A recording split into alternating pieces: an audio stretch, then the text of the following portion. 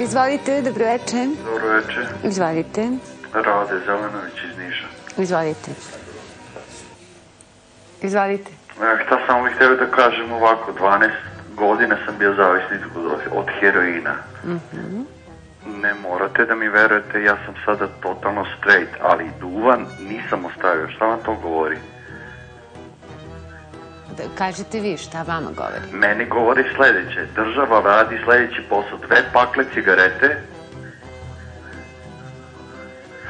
da koštaju isto kao pola grama ili gram heroina. Deca ne znaju šta više šta da radi. Ja imam 38 godina, malo sam iskusniji. Znači, utisak je pretpostavljeno, znači broj 7, hvala. Ne, nije broj 7 za pušenje, nego gospodin Tadić. Je li to nastavljanje titoizma? Ili velike Hrvatske, ili sutradan velike Albanije? Hvala vam, prijatno. Hvala. Da poći ću s tobom sad ili bilo kad. Heroina. Izvolite, dobroveče. Dobroveče, ja sam Gordana Jovanović sa Novog Beograda. Dobro. Pušač sam 40 godina, a imam 60. Dobro. I neću prestati zbog ovog zakona da pušim, samo ću dobro da pročitam zakon da ne bi plaćala petaka tog samo. A koji znači utisak? A utisak je 7, naravno. Dobro.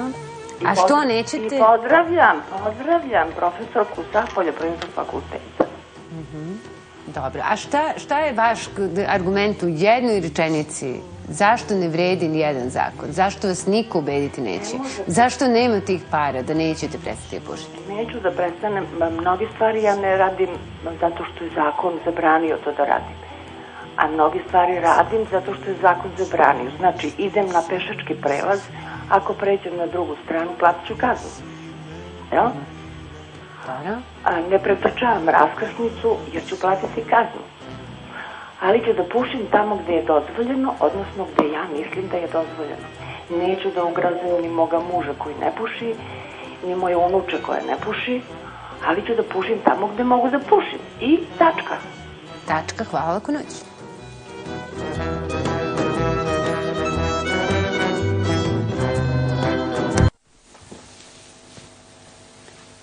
Dobro, imamo još 6 minuta do kraja. Hajmo da ostane nerazjašnjeno to pitanje i to uverenje da čovek sebi može da olakša stvar ako puši ove light ili snim. Tu ste se nešto... Ako mene pitate, znači sa stručne strane, ja, ako već pušite, preporučit ću vam da pušite jaku cigaretu. Pušite zbog toga što vam je potreban nikotin. Znači, u jačoj cigareti imate više nikotina, popušit ćete manje cigareta. Ako pušite slim cigaretu, znači treba će vam mnogo veći broj cigareta da nadomestite tu vašu potrebu za nikotin. A to što se tiče aditiva i toga, to je neka druga tema, da je ne načinjemo sad, mogli bi da polemišemo jako dugo. Nema veze sa aditivima, ima veze samo znači sa količinom nikotina u cigaretama. Dobro, što vi kažete? Znate kako, preporučuje se da se puši ta koja ima više nikotina, manje aditiva. To je kao kad bi rekli, mnogo je bolje da skočite sa 9. sprata nego sa 15. That's it. Rezultat je isti. Rezultat je isti, dobro. A sad kad ste vi prestajali, znači sad ako bi, na primjer, neko, mada utisak koji smo stekli, ovih koji su javljeni, nikom ne pada na pamet da ostavi pušenje, ali, na primjer, da će mi ipak pasti na pamet, koja metoda je to? Odluka, hipnoza, ziban, žvake, šta? Pa znate šta, mislim, to je stvar volje i to je stvar obrade problema. Meni je bio povređen ego. Bio sam u nezavidnoj situaciji. Bio je, tada u Švedskoj su bile interesantne stvari. Oni su se divili nama da imamo 2 televizijska programa, oni su imali 1, cela Skandinavija. A ručak je bio u Karolinskoj 5 kruna i mogli ste kad uđete u pola 11, da ostanete do 4, 9, koliko god hoćete, 5 kruna. A kutije cigareta, oni su imali samo Princ, a mi smo već imali 20 vrste, bile 7 kruna. Dakle, na jednoj strani je bio racio, na drugoj strani je bio moj ego koji je naravno kao kod svakog hirurga ogroman.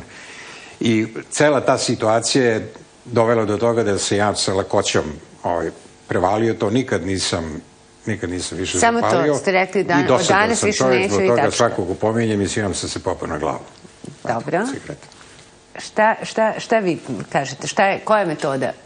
Pa ima raznih metoda i zavisi šta čoveku više odgovara. Znači, postoji individualan metod rada. Pa to znamo sve šta ima sve, nego sad ja pitam imate favorita. Da kažem, zavisi šta ko voli. Recimo, meni se čini da je grupni metod jako dobar, gde se nađe grupa ljudi koja je rešila da se odvikne od pušenja. Znači, oni imaju zajednički problem, malo postoji kompeticija između njih, ko će duže da izdrži, ko će prekine sa pušenjem. Meni se čini da je to jako dobro. Oni se posle izvesnog vremena opet sastanu, razgovaraju, ako je neko propušio, kaže razloge i mislim da to jako pozitivno na ljude. Ali samo bih rekla, još pomenula, vi ste pomenuli Danila Kiša. Ja mislim da je on umro od raka pluća. Da, jeste. Eto vidite, da nije pušio, možda bi do danas napisao još puno romana kojima bi se mi divili. Ali je sve to znao. Dakle, u tome je znao i da ima rak pluća. Pa dalje znao da je u to vreme, baš dalje znao da je pušenje uzrok toga. Nije to baš bilo ne znam koje vreme. Pa bi bilo je davno. Bilo je davno i ako kažem, eto, ko zna šta bi ostavio još i još bi bio s nama, možda i pisao lepe romane. A šta je vaš najjači utisak? Moj najjači utisak je naravno broj 1 i to u pozitivnom smislu. Mislim da je jako dobro da predsjednici Srbije i Hrvatske koji nisu učestvovali u tom ratu niti su ga izazvali pokušaju da smire situaciju na jedan vrlo civilizovan, na jedan pristojan, na jedan kulturan način i da pruže nadu ovim mladima da do sličnih ratova, moram da kažem, izuzetno surovih više na ovim prostorima ne bude. Šta je vaš najjači utisak?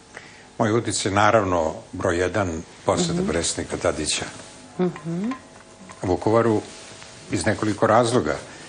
Jedan od njih je da sam ja bio na Vukovaru, ja sam to video. To su nezaboravne scene. A druga stvar je što mislim da je krajnje vreme da prestanemo sa tim stalnim isticanjem nekog nacionalne časti, dostojanstva, ko je koga uvredio, ko je prvi počeo. Mislim da nije potrebno da stalno zamišljamo kako držimo batinu u rukama i da ćemo nekoga kazniti za nešto što je počinio. Uvijek su potrebne dve strane, da ne ulazimo koja je, ali ovo je potez mislećih ljudi koji jako dobro vode računa šta je dobro za zemlje koje vode. A kad čitate ovih dana ove rasprave i to hvatanje tih nijansi da se u stvari predsjednik Tadić izvinio, a da se u stvari predsjednik Josipović nije izvinio, ili to deluje... Znate šta, to su retoričke isprazne egzibicije, jer u tome vidim vrlo malo nečega što bi mene dotaklo, znate, i što bi me pobudilo na neku nažuštu. To je potpuno prazno, znate, kao zveči, kao jedan apsolutni vakuum. Nedotačni mi se. Šta je vaš najjači utisak? Sa liste, znači. Sa liste, Pa nekako prva 3 bih mogla da svrstam pod 1, recimo, i mogu da kažem da me ne dotiču mnogo. 4. me šokirao, ne mogu da verujem da se tako nešto dešava, a opet da mediji tako nešto prenose, ali ću po defaultu, naravno, da se opredelim za broj 7. Mislim da ne moram da objašnjavam. Dobro. Priklonili ste se većini. Dakle, ako je tačno da je samo 1/3 pušača u Srbiji, onda bi se mogli reći da se svi pušači večeras javili. I onda nam je lako. Znate šta je fantastično kao jedan ekstrakt, što je bila jedna skoro kao light motiv u celom našem razgovoru. Svi su govorili ja neću, ali kad se pomene, ali ja se uvijek sklonim od unučeta. Pa čekaj, zašto se slanja ako to nije štetno? Zašto? Ajde, zašto on izbegava da puši kod svog deteta, kod svog unučeta kad to nije štetno? Što ne puši lepo kao čovjek da se ispolji, mislim... Zato verovatno što će on svoje unuče da čuva i od svih drugih štetnih stvari. Od udara, groma i svega toga, ali kažem, govorimo o cigaretama. To je ta sloboda izbora. Kao bio light motiv. Nije to sloboda izbora, to je kao zakon o bezbednosti saobraćaja. On nije donesen da se ljudi muče. Ma kako? Ne, mi smo najmanje večeras pričali o zakonu, mada sam ja mislila da ćemo pričati o zakonu. Da, to se spase ljudski životi, on ima svoju preventivnu funkciju. Kazna ima samo preventivnu funkciju i nije stvar u tome da će neko biti kažnjen. Normalno ona ima svoju... Nego stvar je u tome da se izbegnu određeni rizici i isto tako prelaženje. Šta se vama, samo evo u poslednje sekundi, šta vam se činilo da je važno govoriti o tom zakonu, a nismo rekli? Reći to da nikakva izmena nije unešena u odnosu na one naše debate pre nego što je ušao u Skupštinu, čak ni komentari koje smo mi kao stručnjaci dali u smislu definisanja duvanskog dima, proizvoda od duvana, ne znam ko ima pravo to da definiše tako, da ne kažem na koji način. I drugo, 6 ministarstava koja su ušla u to da vrše nadzor, odnosno da kontrolišu kako se sprovodi zakon o zabrani pušenja. Ministarstvo rada, Ministarstvo unutrašnjih poslova, Ministarstvo turizma, Ministarstvo zdravlja, Ministarstvo prosvete, znači, ne znam, 6 zaborav, 6 je sigurno, i na sve to još i komunalna policija.